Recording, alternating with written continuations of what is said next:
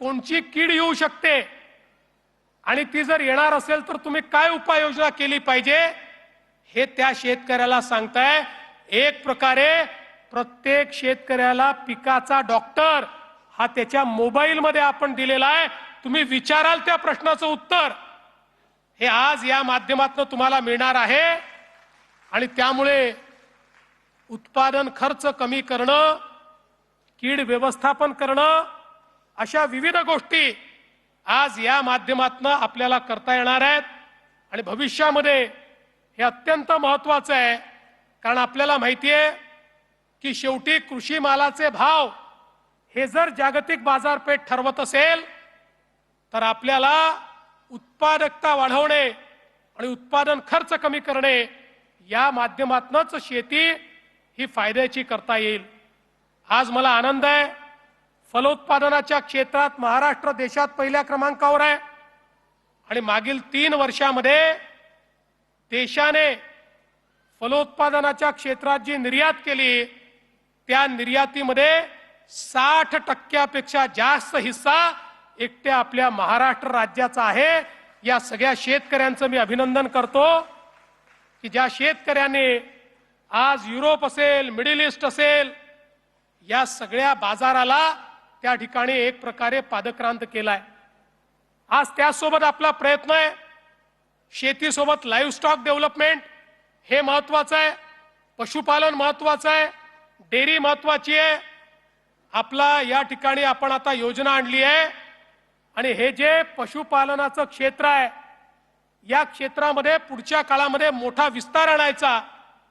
25% वार्षिक ग्रोथ ही या क्षेत्रात कशी आणता येईल याचा प्रयत्न आपण सुरू केलेला आहे आणि मला विश्वास आहे की पुढच्या काळामध्ये यातनं मोठ्या प्रमाणात रोजगाराची निर्मिती आपण करू। आज नानाजी देशमुख कृषी समृद्धी योजनेच्या माध्यमातून विदर्भ आणि मराठवाड्यामध्ये आपला प्रयत्न आहे क्लायमेट प्रूफ शेतीचा, वातावरणाच्या बदलाचा परिणाम ज्या शेतीवर होणार नाही अशा प्रकारची शेती आणि त्या शेतीसोबत पुढची जी काही पोस्ट हार्वेस्ट चेन आहे ही चेन डेव्हलप करायचा प्रयत्न हा देखील आज या माध्यमातून आपण करतो।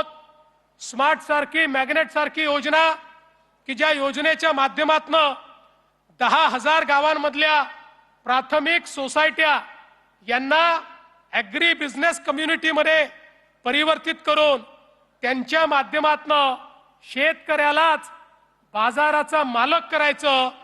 बाजारामध्ये आणि शेतीमध्ये आज जी काही व्यवस्था आहे ती व्यवस्था बाजूला करायची आणि थेट बाजाराचा मालक जर शेतकरी झाला तर अनेक वेळा आपण पाहतो शेतकऱ्याला त्या ठिकाणी शेतमालाचा भाव मिळत नाही पण कोणीतरी ॲग्रीगेटर तो भाव घेऊन जातो। ही जी मधली साखळी आहे ही साखळी शेतकऱ्याच्या हातात कशी येईल याचं 10,000 गावांमध्ये काम आपण सुरू केलेलं आहे आणि त्यातनं मोठ्या प्रमाणात शेती क्षेत्रातलं परिवर्तन हे देखील आपण या ठिकाणी निश्चितपणे करणार आहोत। यासोबत या महाराष्ट्राला कायम आपल्याला दुष्काळ मुक्त करायचं आहे। हे वर्ष अल निनोचं वर्ष आहे। अल निनोच्या वर्षामध्ये पाऊस कमी आहे। या महिन्यातला जून महिन्यातला पाऊस ॲव्हरेज पेक्षा 60% कमी पडलेला आहे। त्यामुळे अशाही परिस्थितीमध्ये आपल्याला जर योग्य पद्धतीने शेती करायची असेल तर आपल्याला पाण्याचं संरक्षण उभं करावं लागेल। जलसंधारणाचे उपाय तर आपण केलेच आहेत पण जेव्हा 60% डेफिसिट होतं तेव्हा जलसंधारणाचे स्ट्रक्चरही कामी येत नाहीत आणि म्हणून जलसंधारणावर आपला नेहमीच भर असेल पण त्यासोबत आता महाराष्ट्रामध्ये नदी जोडचे प्रकल्प आपण सुरू केले आहेत। विदर्भामध्ये वैनगंगा नळगंगेचा प्रकल्प करून त्या ठिकाणी संपूर्ण विदर्भाला 500 किलोमीटरची नवीन नदी आपण तयार करतो आणि या नदीच्या माध्यमातून विदर्भाचे 11ही जिल्हे कायम दुष्काळ मुक्त करण्याचं काम आपण करतो। दुसरीकडे उत्तर